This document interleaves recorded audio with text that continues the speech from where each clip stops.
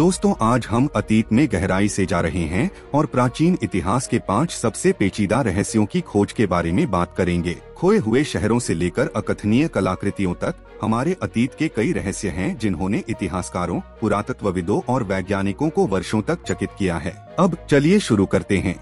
पहले नंबर पर है अटलांटिस का खोया शहर। दोस्तों सबसे पहले हमारे पास अटलांटिस के खोए हुए शहर की प्रसिद्ध कथा है। लगभग 360 ईसा पूर्व प्राचीन दार्शनिक प्लेटो द्वारा लिखित अटलांटिस एक एडवांस्ड सभ्यता की कहानी कहता है जो एक ही रात में समुद्र के नीचे गायब हो गई। प्लेटो के अनुसार अटलांटिस एक नौसैनिक शक्ति थी जिसने डूबने से पहले पश्चिमी यूरोप और अफ्रीका के कई हिस्सों पर विजय प्राप्त की थी। सवाल यह है कि क्या अटलांटिस वास्तव में मौजूद था और यह कहाँ स्थित था। कुछ विद्वानों का मानना है कि शहर विशुद्ध रूप से एक काल्पनिक कथा है, जबकि औरों का सोचना है कि यह वास्तविक घटनाओं पर आधारित हो सकता है। समुद्र तल और उपग्रह प्रौद्योगिकी की आधुनिक खोज के साथ क्या भविष्य में अटलांटिस की खोज की जा सकती है। दूसरे नंबर पर है वोयनिच पांडुलिपि। दोस्तों अगला हमारे पास वोयनिच पांडुलिपि है जो एक सचित्र पुस्तक है जो 15वीं शताब्दी की है। पांडुलिपि एक अज्ञात भाषा में लिखी गई है और इसमें कोड और प्रतीक हैं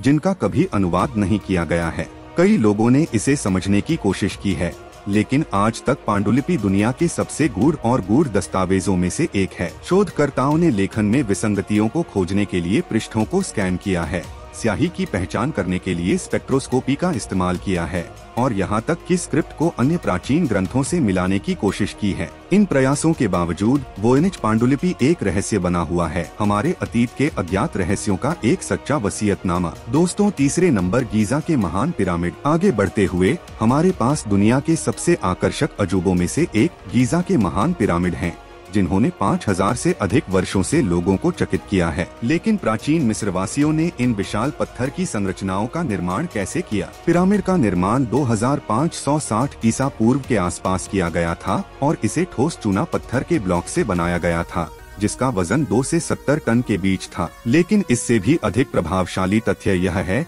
कि पत्थरों को उकेरा गया और रेगिस्तान में ले जाया गया, फिर अविश्वसनीय सटीकता के साथ जगह में रखा गया, जिससे आज तक कई विशेषज्ञ अपना सिर खुजलाते हैं। दोस्तों चौथे नंबर पर है ईस्टर द्वीप। अब आइए ईस्टर द्वीप की यात्रा करें, जहां हमें एक और रहस्य का पता चलता है जिसने पुरातत्वविदों और इतिहासकारों को सदियों से उलझाए रखा है। मोई की मूर्तियां। ये चिकना रहस्यमय पत्थर के आंकड़े उनके लंबी चेहरे के साथ 13 फीट लंबा एक प्रभावशाली खड़े हैं और पूरे द्वीप में बिखरे हुए हैं। लेकिन मोई का रहस्य उनके निर्माण और इसके पर्यावरणीय प्रभाव में निहित है। इतिहासकार मोई के कार्य और वे क्यों बनाए गए थे इस पर बहस करते हैं। कुछ कहते हैं कि वे पूर्वजों का प्रतीक थे, जबकि अन्य तर्क देते हैं कि उनका एक अनुष्ठानिक महत्व था। उनका उद्देश्य जो भी हो, आधुनिक मशीनरी के उपयोग के बिना निर्माण प्रक्रिया लगभग असंभव लगती है और इसके साथ आने वाले वनों की कटाई ने ईस्टर द्वीप पर एक बार संपन्न सभ्यता के पतन में योगदान दिया हो सकता है।